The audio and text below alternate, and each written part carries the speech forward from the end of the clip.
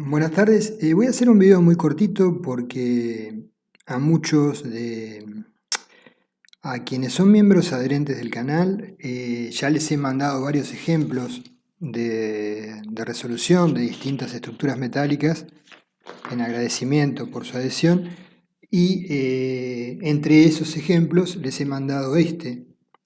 Entonces, pero por supuesto los que no lo son no lo tienen. Entonces, hay una consulta en el último video sobre el tema de cómo abordar en un cordón comprimido de una cercha o cabreada la longitud efectiva de pandeo lateral cuando el esfuerzo de compresión no es constante, es variable, como ocurre.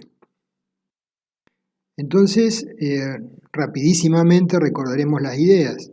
Acá tenemos una cercha conformada por hierro ángulo, por ejemplo, ¿sí? Que se unen con presillas. Se visualizan puntales, ¿sí? O montantes o puntales y cruces de San Andrés para constituir el plano de rigidización en el plano de la chapa.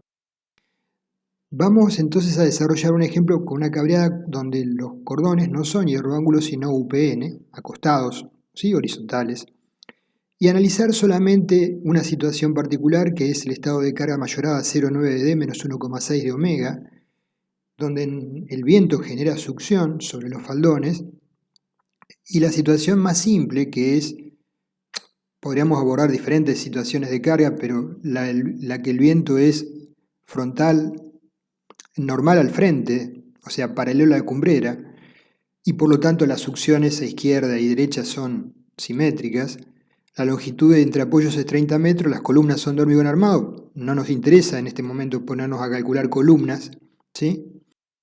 Entonces, en forma simplificada, las carguitas que transmite las correas sobre los puntos de sujeción a la cabreada serían los vectores en rojo. Acá omití la componente, en realidad es una carga de succión normal al plano, que tiene un cierto ángulo y por lo tanto se descompone en Y vertical y en X horizontal. Omití las reacciones horizontales en X, que son de pequeña magnitud y se equilibran, a los fines de desarrollar el ejemplo de forma más simple. Habría que colocar las cargas descompuestas según Y y según X. Para este estado de carga, esta es la cabreada con cordones UPN.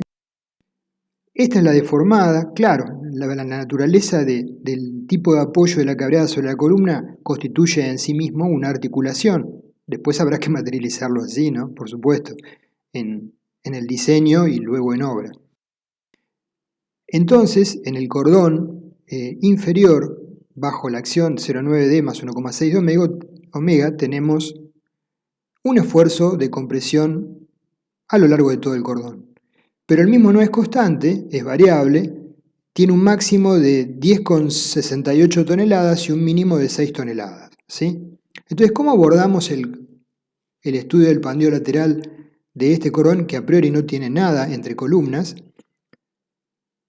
con un esfuerzo axil variable?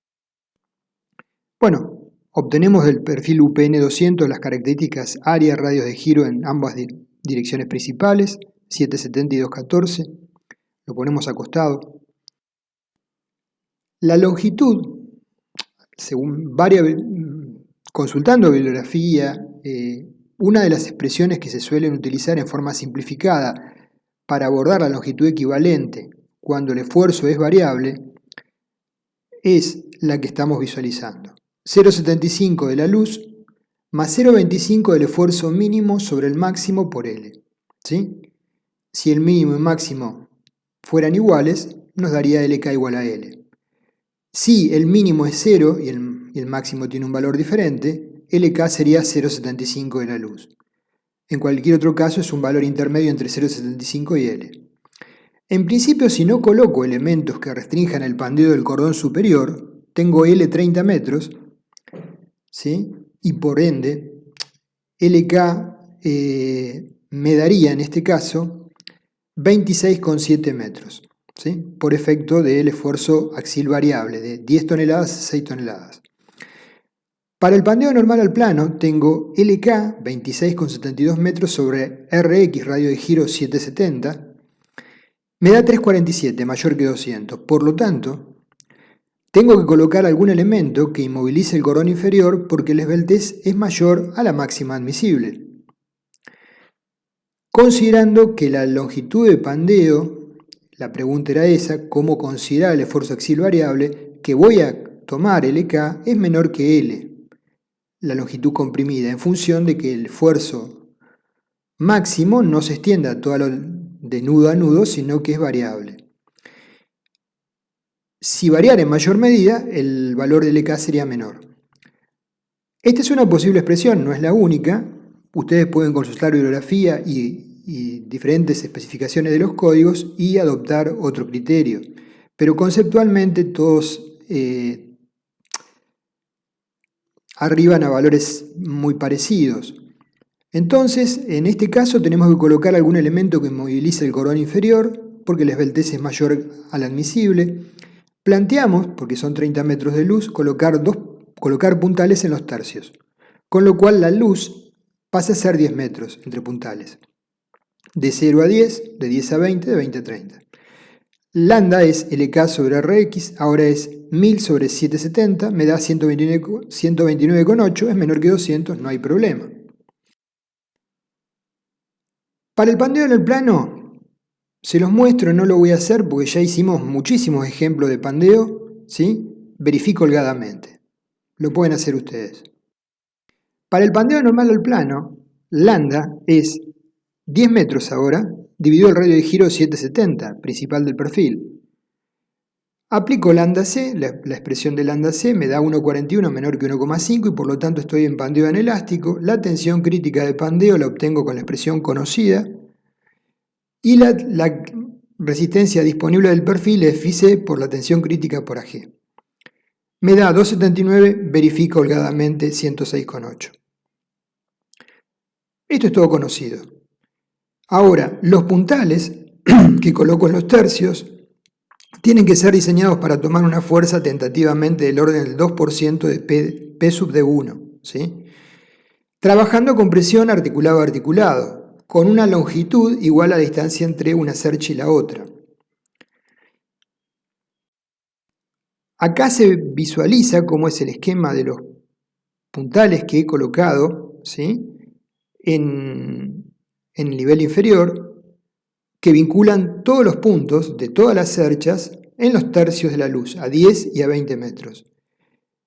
En algún momento tengo que en algún punto inmovilizar si yo colocara ese puntal solamente y no colocara ningún otro elemento, no estaría arrastrando el cordón inferior porque todos los cordones inferiores tenderían a eventualmente desestabilizarse sin que el puntal lo único que hiciera fuera mantener la distancia entre puntales que han perdido su estabilidad. Entonces para eso aparece un plano de rigidización, no sé si lo ven correctamente, en el plano vertical, en el primer vano, con un montante superior y una cruz de San Andrés vertical que inhibe el desplazamiento en horizontal, haciendo trabajar la cruz las cruces de San Andrés verticales para llevar las cargas de ese nivel inferior al nivel de cerramiento superior y de ahí a los puntos fijos.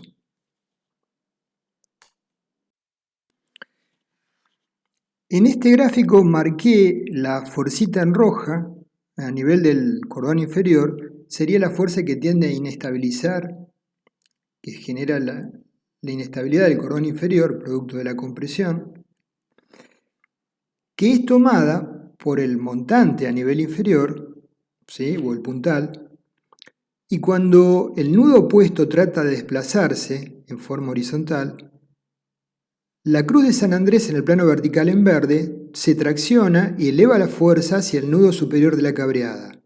Y ahí comienza a trabajar en rojo el montante superior de la cabreada, o puntal, y se traslada la carga de ese nudo por la cruz de San Andrés trabajando a tracción en verde, el puntal en rojo y luego en verde nuevamente la cruz de San Andrés hasta el apoyo. Ahí se ve el camino de las cargas. Si yo no armo un esquema factible de transmitir las cargas del elemento que estoy asumiendo como arriostrante del cordón hasta un plano rígido y ahí al suelo, estoy generando un mecanismo que no sería apto para funcionar correctamente, ¿sí? Bueno, y para cerrar entonces este video, que es repaso de conceptos ya vistos, a raíz de la pregunta que me hicieron algunos de los interesados en los videos, acá se ve el camino de las cargas. Abajo, la fuercita en rojo que trata de desestabilizar el cordón inferior a 10 metros del apoyo, sería el elemento que lo sostiene, lo retiene o estabiliza el cordón inferior. Es transmitida al plano del techo mediante una cruz de San Andrés trabajando a tracción en verde, a nivel del techo por un puntal en rojo, llega al nudo que marqué en redondo, de ahí se transmite por la cruz de San Andrés por tracción en verde, el montante en rojo y la cruz de tracción de San Andrés en verde. Las cruces de San Andrés trabajan a tracción fundamentalmente porque son elementos muy esbeltos y para no hacerlos excesivamente costosos, si no debería dársele una rigidez para tomar esfuerzos de compresión. Entonces los montantes o puntales trabajan a compresión y las cruces a tracción. Bueno, con esto creo haber aclarado el tema, espero. Y siempre tengan en cuenta que si están trabajando con un programa automatizado, estos temas ya los he mencionado también en otros videos. Según cómo uno configura el programa le va a decir verifica o no verifica, porque si el software que está trabajando, si no le indica la longitud del cordón inferior que está fija e imposibilitada de pandear lateralmente, y el software por defecto toma todos los nudos, entonces va a verificar mucho mejor que en el plano, pero va a ser una ficción. En este caso habría que indicarle al software, si es así, que tiene 1, 2, 3, 4, 5, 6, 7 nudos, ¿sí? Hay 6 nudos que no están fijos, o sea que la distancia entre un punto fijo y otro es de 10 metros, ¿sí? Porque si no, el diseño automatizado nos va a brindar valores que no son reales, no son correctos, no se corresponden con la realidad. Para que el modelo nos brinde información adecuada, tiene que corresponderse con la realidad.